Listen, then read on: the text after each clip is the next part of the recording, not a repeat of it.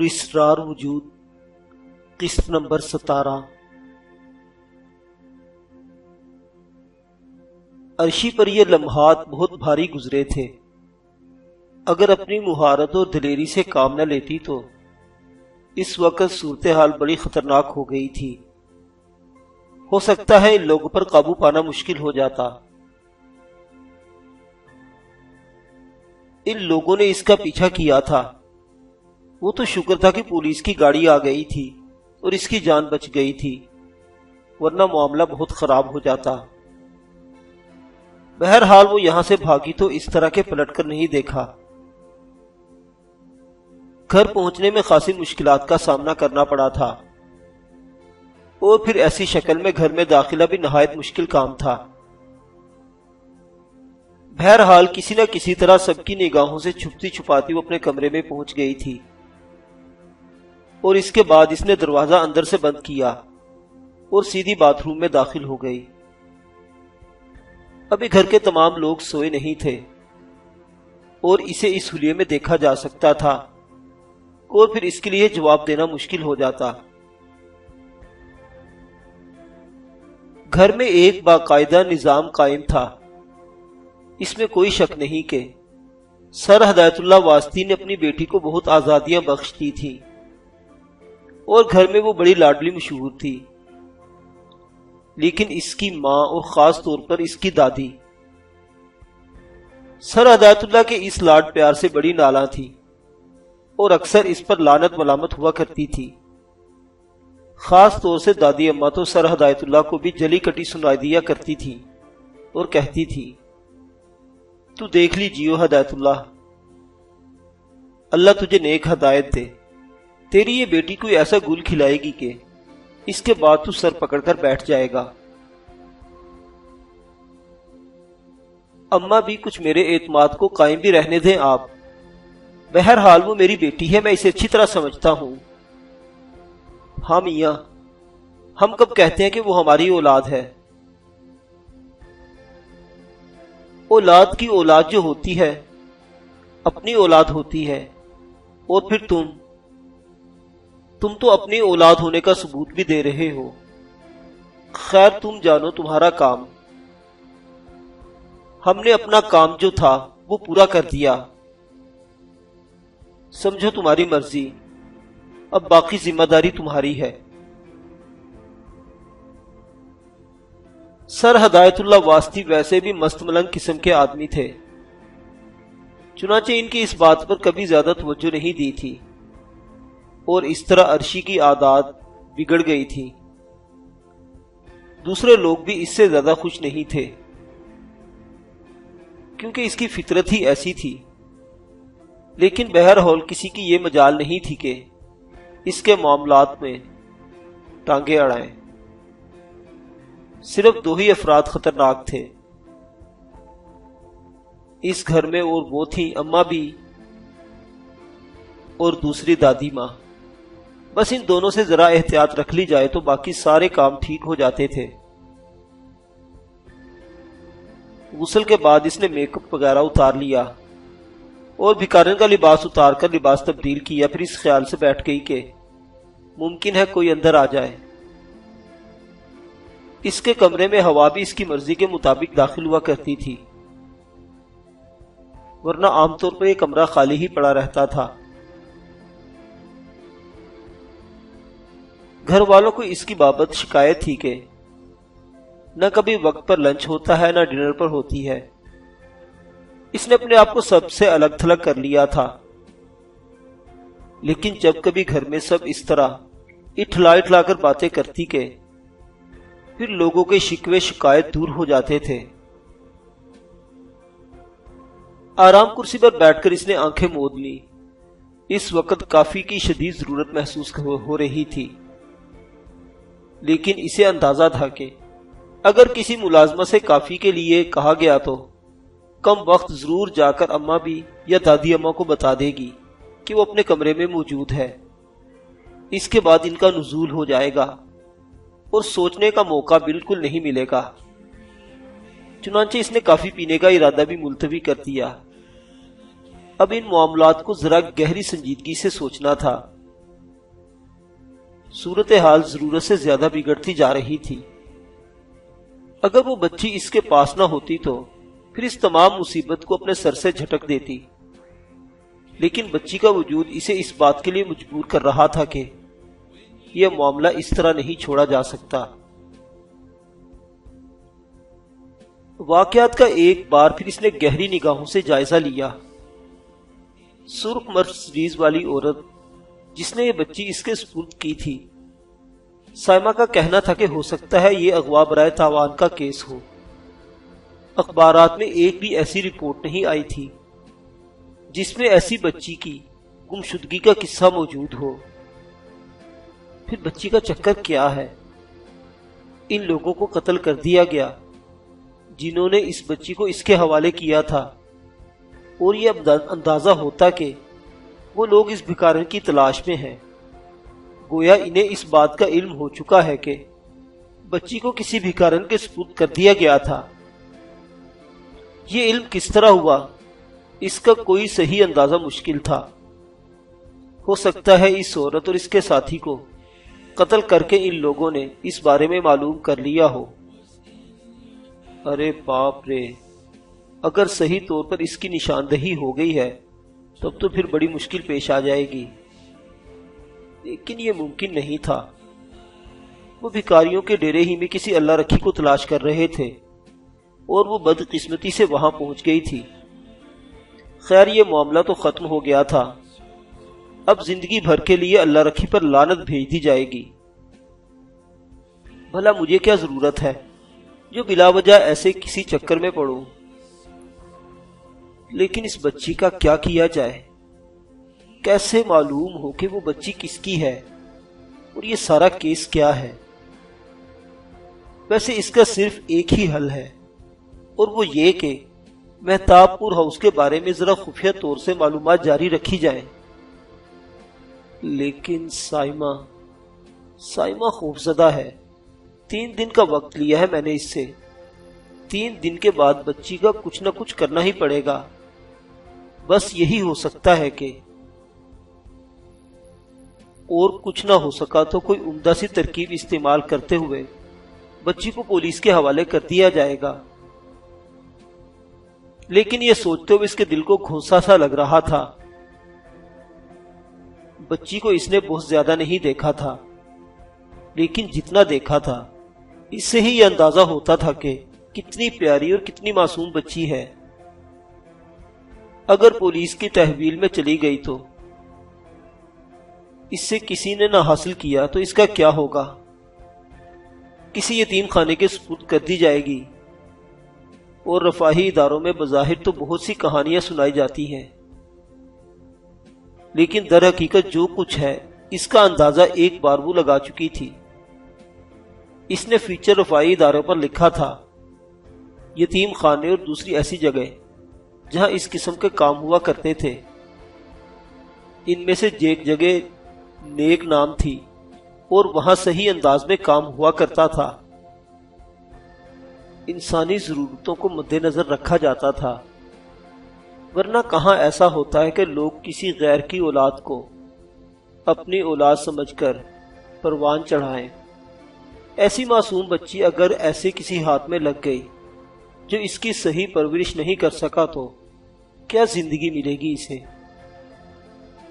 عرشی کا دل بری طرح پگھلنے لگا، لیکن پھر اسے سائمہ کی یاد آئی۔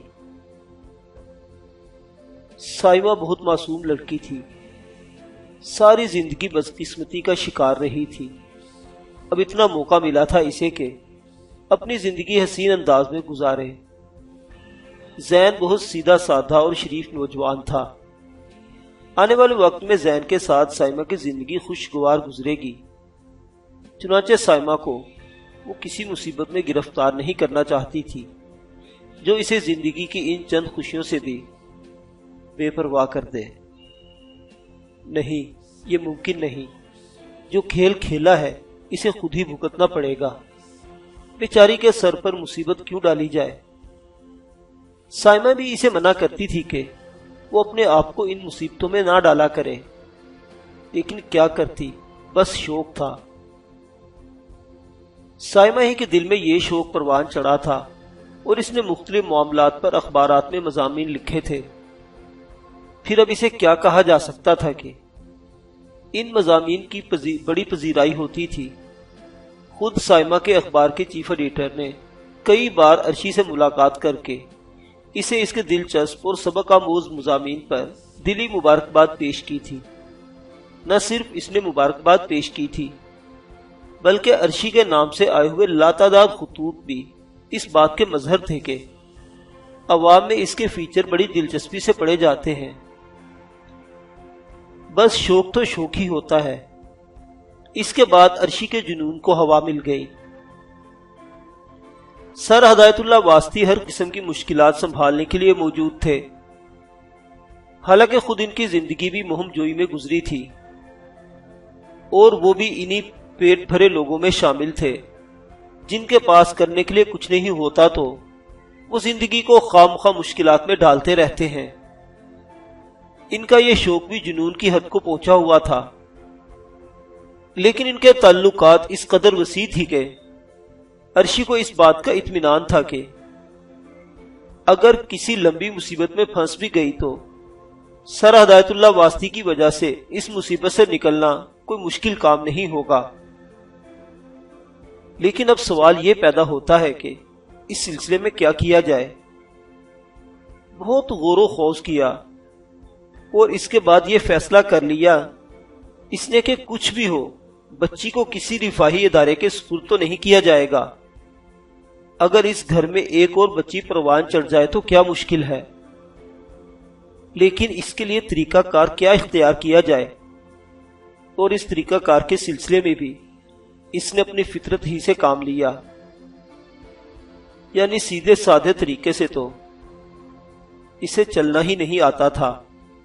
گھر والے بھلا سیدھی سادھی باتوں کو کہاں تسلیم کرتے ہیں۔ اگر وہ بچی کو لے آئے اور یہ ساری کہانی سنائے بھی تو اسے صرف کہانی ہی سمجھا جائے گا، اور لوگ حقیقت میں تلاش میں اس کی نگاہوں کا جائزہ لیتے رہیں گے۔ پھر ان کے مرضی کے مطابق ہی کیوں نہ کوئی ایسی کہانی سنائی جائے جس سے کام بھی بن جائے اور لوگوں کو باتیں بنانے کا موقع بھی نہ ملے۔ عرشی دیر تک سوچتی رہی، اور اس کے بعد اس کے ہونٹوں پر آہستہ آہستہ مسکراہٹ ابھرنے لگی۔ ایک منصوبہ اس کے ذہن میں آیا تھا۔ اس منصوبے میں اس کی شخصیت بھی جھلکتی تھی، اور اس کے ساتھ ساتھ ہی تفریح کا ایک دلچسپ پہلو بھی تھا۔ بہت دیر تک سوچتی رہی، پھر خود بخود ہنس پڑی۔ پیٹ میں چوہے دوڑنے لگے تھے۔ جو منصوبہ اس کے ذہن میں آیا تھا وہ اتنی دلچسپیوں کا حامل تھا کہ گھر والے واقعی عذاب کا شکار ہو جائیں گے۔ عرشی نے اس منصوبے کی نوک پلک سنوارنا شروع کر دی، اور بالآخر اس کے ذہن میں ایک تصویر آ کر جمع ہو گئی۔ یہ نجمہ پھوپھی کی تصویر تھی۔ نجمہ پھوپھی اس گھرانے کی دور کی رشتہ دار تھی۔ بہت عرصے پہلے کی بات ہے، بیوہ ہو گئی تھی۔ بیوہ ہونے کے بعد انہیں اس گھر میں لے آیا گیا تھا۔ بال بچہ کوئی تھا نہیں، چنانچہ یہی انہیں اپنی زندگی کا ایک بڑا حصہ گزارا تھا۔ طبیعت کی اور دل کی بری نہیں تھی، بس پیٹ کی بہت ہلکی تھی۔ کوئی بات جس کی پبلسٹی کرنا ہو ان کے کانوں میں پھونک دی جائے، بس اس کے بعد دیکھیے کہ گھر کے ایک ایک فرد کے کانوں میں وہ بات پہنچ جائے گی، لیکن ان تمام قسموں کے ساتھ کہ کسی دوسرے کو نہیں بتایا جائے گا۔ ویسے عام باتیں تو ان کے لیے اہمیت ہی نہیں رکھتی تھی، بس صرف اتنا کہہ دیا جائے کہ نجمہ پھوپھی، کسی کو بتایا تو اس سے برا کوئی نہیں ہوگا۔ پھر نجمہ پھوپھی یہ دیکھنا چاہتی تھی کہ جس شخص نے انہیں کوئی بات بتائی ہے اس سے برا کوئی ہے یا نہیں، اور اس سلسلے میں نجمہ پھوپھی اسے رازدار بھلا اور کون ہو سکتی تھی۔ چنانچہ ان تمام فیصلوں کے بعد وہ آرام سے لیٹ گئی۔ دوسری صبح اپنی اس کارروائی کا آغاز کیا جائے گا۔ چنانچہ وہ تیار ہو کر باہر نکلی۔ ویسے کافی دیر تک سونے کی عادی تھی، اور اس کا صبح صبح اٹھ جانا سب کے لیے اتنا ہی تعجب خیز ہو سکتا تھا چنانچہ پھوپھی اسے دیکھ کر حیران رہ گئی تھی۔ وہ نجمہ پھوپھی سے بے نیاز آہستہ آہستہ چلتی ہوئی آگے بڑھ رہی تھی اور رات کو خاصی دیر تک جاگتی رہی تھی اور منصوبے بناتی رہی تھی۔ دوسرے یہ کہ اب نئے منصوبے پر کام کرنا تھا۔ چنانچہ بال بکھرے ہوئے تھے، چہرہ اجاڑ تھا، منہ تک نہیں دھویا تھا، آنکھیں ویسے بھی رات کو دیر تک جاگنے کی وجہ سے سرخ ہو رہی تھی۔ پھر ان میں انگلیاں بھی مار لی گئی اور ان سے پانی نکلنے لگا۔ نجمہ پھوپھی سے بے نیاز وہ آہستہ آہستہ آگے بڑھتی رہی اور نجمہ پھوپھی اپنی جگہ کھڑی حیرت سے اسے دیکھتی رہی۔ انہیں غالباً اس بات پر یقین نہیں آ رہا تھا کہ یہ عرشی ہی ہے، اور اگر ہے تو آخر اتنی جلدی کیسے جاگ گئی۔ وہ اسی سوچ میں تھی، اور جب انہوں نے دیکھا کہ عرشی انہیں نظر انداز کر کے آگے بڑھ گئی ہے تو ان سے رہا نہ گیا اور وہ خود بھی اس کے پیچھے پیچھے چل پڑی۔ چند ہی لمحات کے بعد وہ اس کے قریب پہنچ گئی۔ عرشی اپنے آپ کو اس طرح بے خبر رکھے ہوئے تھی جیسے ان کی آمد کا اسے کچھ علم نہیں۔ نجمہ پھوپھی نے اسے خود ہی آواز دی، عرشی، اور عرشی چونک کر پلٹی۔ نجمہ پھوپھی بھی اس کا چہرہ اور آنکھیں دیکھ کر حیران رہ گئی تھی۔ بہرحال تھوڑی بہت محبت تھی اسے اس گھرانے سے، عرشی کو چاہتی بھی تھی، حالانکہ عرشی کی شرارتوں نے سب ہی کو اس سے دور رکھ کر رکھا تھا، لیکن نجمہ پھوپھی بہر طور تھوڑی بہت محبت تو ضرور کرتی تھی، اور اس کی آنکھوں سے بہتا ہوا پانی اس کا اداس چہرہ دیکھ کر پریشانی سے آگے بڑھائیں۔ عرشی، عرشی بیٹا، عرشی۔ عرشی اداکاری میں اپنا ثانی نہیں رکھتی تھی۔ اس نے گردن جھکا لی اور پھر کپڑے سے آنکھیں صاف کرنے لگی۔ پھر نجمہ پھوپھی اور آگے بڑھائی، عرشی، اتنی جلدی کیسے جاگ گئی بیٹا؟ عرشی نے کوئی جواب نہیں دیا، بس خاموشی سے اپنا رخ دوسری طرف کر لیا تھا۔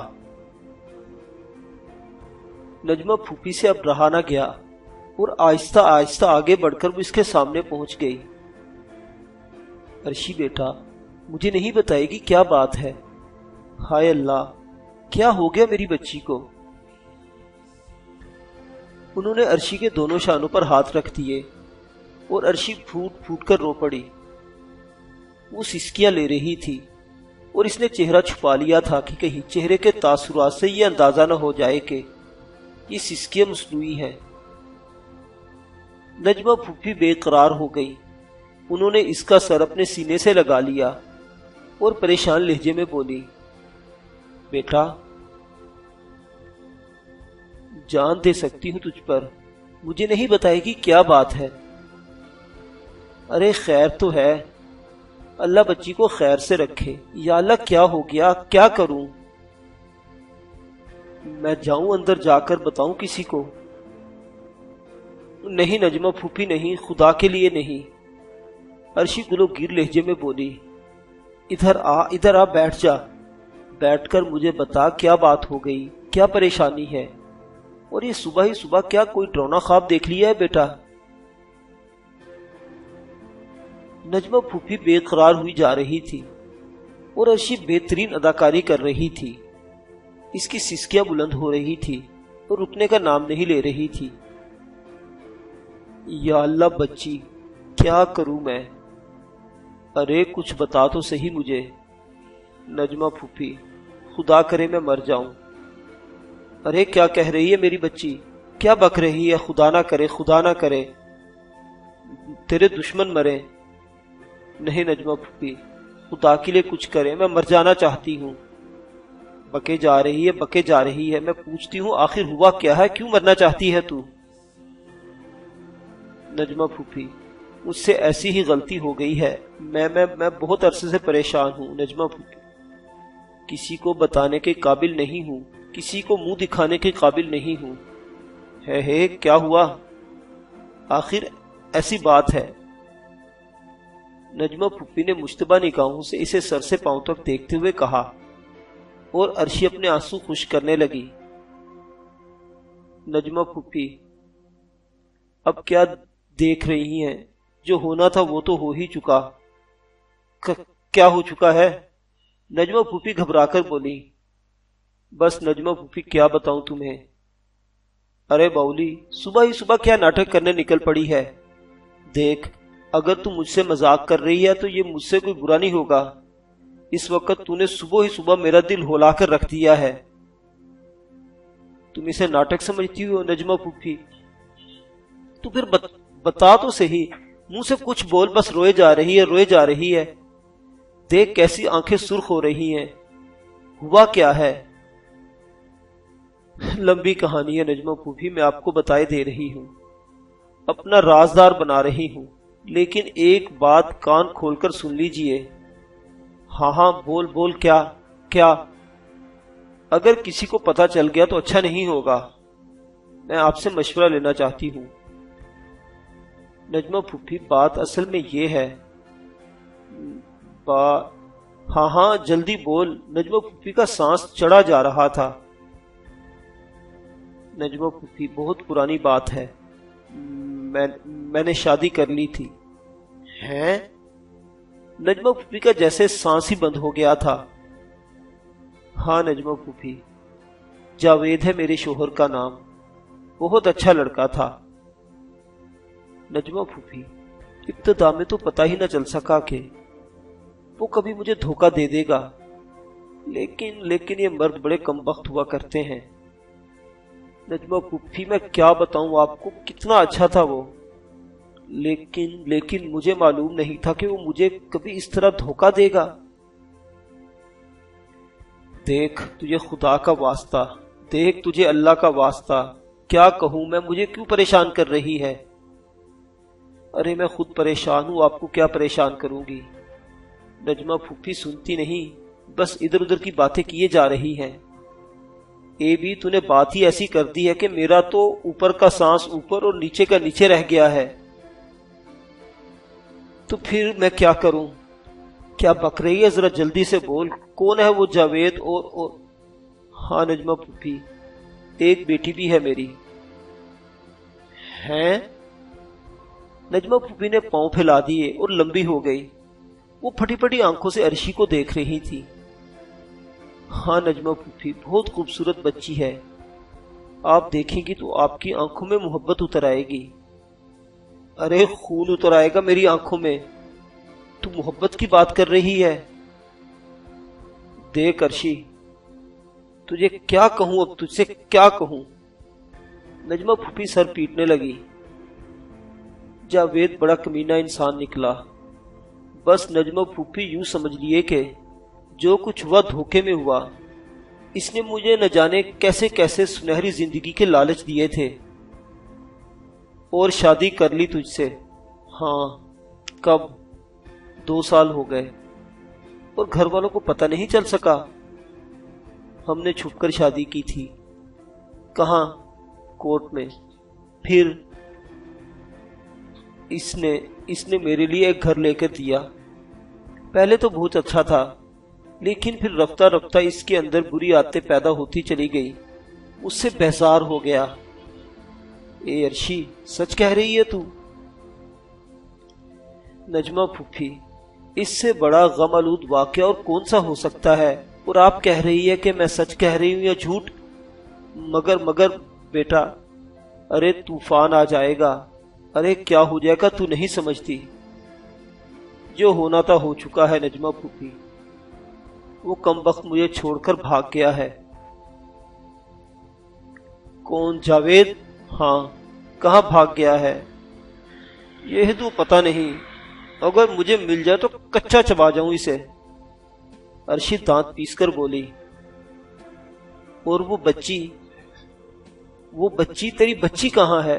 مگر بیٹا دیکھ، ہمیں کیوں چلا رہے؟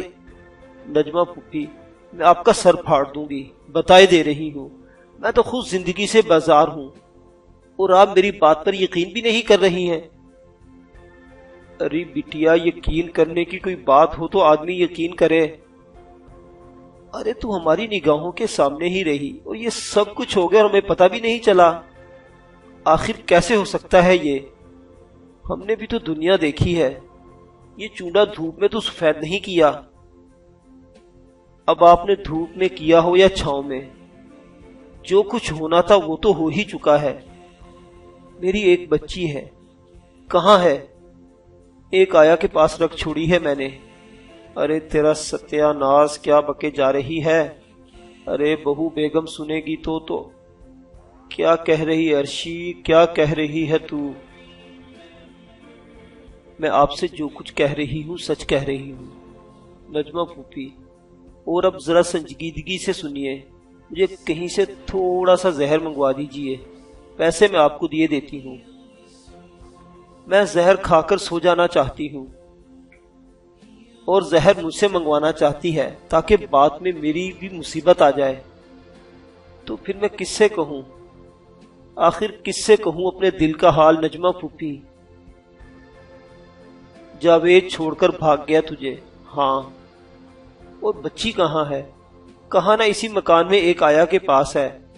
تو پھر اب یہی تو میں آپ سے پوچھنا چاہتی ہوں نجمہ پھوپھی کہ اب میں کیا کروں؟ اے اللہ، اگر تو سچ کہہ رہی ہے تو میں کیا بتاؤں تجھے؟ بس آپ ایک کام کر دیجئے میرا، مجھے زہر منگوا دیجئے کہیں سے۔ دیکھیے نجمہ پھوپھی، زہر منگوا دیجئے مجھے، ورنہ اچھا نہیں ہوگا، میں سارا الزام آپ کے سر لگا دوں گی۔ ہیں؟ نجمہ پھوپھی خوف سے اچھل پڑی۔ ہاں، کہوں گی نجمہ پھوپھی نے یہ سب کچھ کرایا ہے۔ ارے ارے ارے، میں نے تیرا کیا بگاڑا ہے بیٹا؟ مجھے کیوں برباد کرنے چلی ہے؟ اگر تو نے جھوٹے منہ سے بھی یہ بات کہہ دی تو سب لوگ سچ مان لیں گے۔ یہ بات اتنی بری ہے کہ تجھے اندازہ نہیں ہے اس کا۔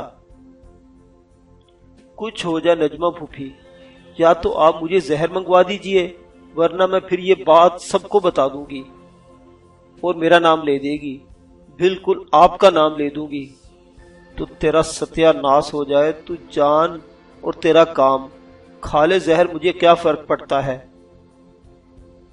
یہ لیجئے 100 روپے، مجھے زہر منگوا دیجئے۔ عرشی نے 100 روپے کا نوٹ نجمہ پھوپھی کے حوالے کرتے ہوئے کہا، اور نجمہ پھوپھی نے نوٹ لے کر اپنے گریبان میں رکھ لیا اور پھر کہنے لگی، اے بی بی، کوئی اور حل سوچ، دیکھ جلد بازی نہ کر، کچھ نہ کچھ راستہ نکل ہی آئے گا۔ مگر یہ ہوا کیسے؟ اور آخر ہماری نگاہیں اتنی اندھی کیسے تھی کہ دھوکہ کھا گئی؟ ہم تو اندازہ بھی نہیں لگا سکے۔ میں آپ کی نگاہوں کی بات نہیں کر رہی ہوں نجمہ پھوپھی، بس یہ بتائے دے رہی ہوں کہ آپ کو کہ زہر منگوا دیجئے۔ کب منگوا دیں گی یہ زہر؟ دیکھ بیٹا، 1-2 دن صبر کر لے، ہو سکتا ہے ایسی کوئی بات میرے ذہن میں آ جائے جس سے تیرا کام بھی بن جائے۔ خاک کام بنے گا، بس آپ مجھے زہر منگوا دیجئے کسی سے۔ یا اللہ، کس مصیبت میں پھنس گئی، آج نہ جانے صبح ہی صبح کس کا منہ دیکھ کر آئی تھی، جس کا بھی منہ دیکھ کر اٹھی ہوں۔ نجمہ پھوپھی، مجھے اس سے کوئی غرض نہیں ہے، آپ بس میرا کام کر دیجئے۔ زہر کھائے بغیر گزارا نہیں ہوگا تیرا، آپ بتائیے اور کیا ہو سکتا ہے؟ بیٹا 2 دن دے دے مجھے، دیکھ 2 دن دے دے۔ نجمہ پھوپھی، اگر آپ کے منہ سے کہیں یہ بات نکل گئی تو سمجھ لیجئے کہ مجھ سے برا کوئی نہیں ہوگا۔ اے بوا، تو نے تو یہ بات ہی ایسی کر دی ہے کہ اب بھلا میرے منہ سے بات نکلے گی، مگر تو دیکھ پیسے تو رکھ لیے میں کوشش کروں گی کچھ کام کر سکوں۔ تو پھر ٹھیک ہے نجمہ پھوپھی، میں 2 دن انتظار کیے لیتی ہوں، لیکن 2 دنوں کے اندر اندر آپ کو کچھ نہ کچھ ضرور کر ڈالنا ہے۔ اے بٹیا، میں ضرور کچھ کر لوں گی، مگر دیکھ کوئی ایسا ویسا قدم مت اٹھا لیجیو۔ یا اللہ، یہ کیسے ہو گیا؟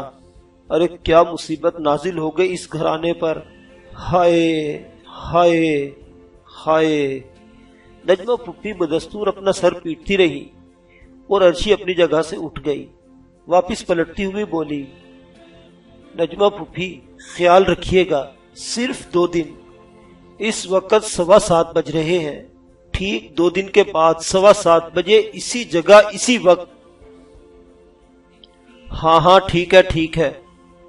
نجمہ پھوپھی ہولے ہولے لہجے میں بولی، اور عرشی آہستہ آہستہ قدم اٹھاتی ہوئی آگے بڑھ گئی۔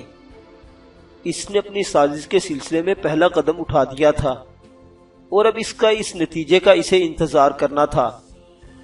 نجمہ پھوپھی نے 2 دن لیے تھے۔ عرشی یہ بات جانتی تھی کہ چند گھنٹوں سے زیادہ یہ بات صیغہ راز میں نہیں رہے گی۔